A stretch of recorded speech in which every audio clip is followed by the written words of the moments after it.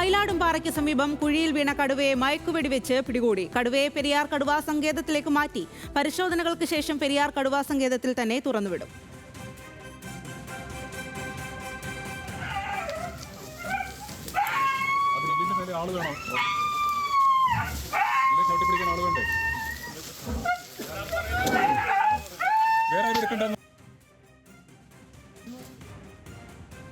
ഇന്ന് രാവിലെയാണ് ഇങ്ങനൊരു കടുവ ഇവിടെ അടുത്തുള്ള ഒരു പൊട്ടക്കിണറ്റിൽ വീണിട്ടുണ്ടെന്നുള്ള വിവരം ലഭിക്കുന്നത്. ആ വിവരത്തിൻ്റെ അടിസ്ഥാനത്തിൽ അപ്പോൾ തന്നെ സ്റ്റാഫ് ഇവിടെ എത്തി, RRT ബന്ധപ്പെട്ട ജീവനക്കാരെത്തി, ഡോക്ടറെത്തി. അതിനെ വളരെ ഭംഗിയായിട്ട് തന്നെ ട്രാങ്കുലൈസ് ചെയ്തു.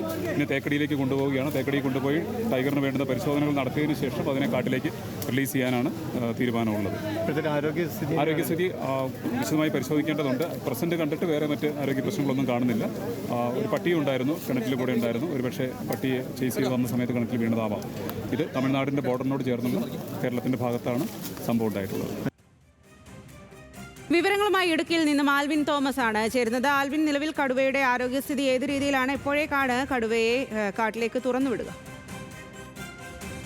അല്പം മുമ്പാണ് കടുവയെ ഈ കുഴിയിൽ നിന്നും പുറത്തെത്തിച്ചത്. മയക്കുവെടി വെച്ച ശേഷം ഏറെ നേരത്തിന് ശേഷമാണ് കടുവ മയങ്ങിയത്. അതിനുശേഷമാണ് ഈ കുമളിയിൽ നിന്നുള്ള ഫോറസ്റ്റ് വനപാലകരുടെ സംഘം കടുവയെ പുറത്തെത്തിച്ചത്.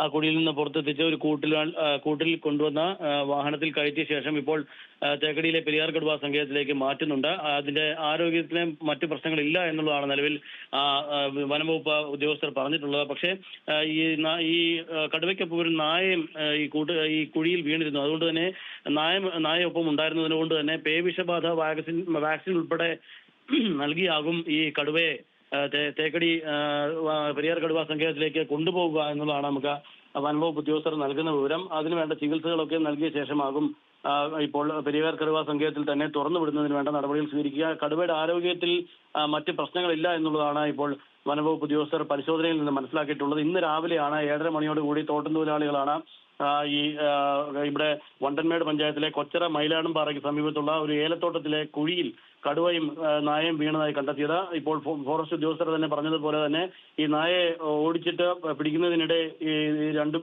കുഴിയിൽ വീണതാകാം എന്നുള്ളതാണ് വനംവകുപ്പ് ഉദ്യോഗസ്ഥർ മനസ്സിലാക്കുന്നത്. ശരി ആൽവിൻ, ഇടുക്കി മയിലാടുംപാറയ്ക്ക് സമീപം കുഴിയിൽ വീണ കടുവയെ മയക്കുവെടി വെച്ച് പിടികൂടിയിരിക്കുകയാണ്. കടുവയെ പെരിയാർ കടുവാ സങ്കേതത്തിലേക്ക് മാറ്റി.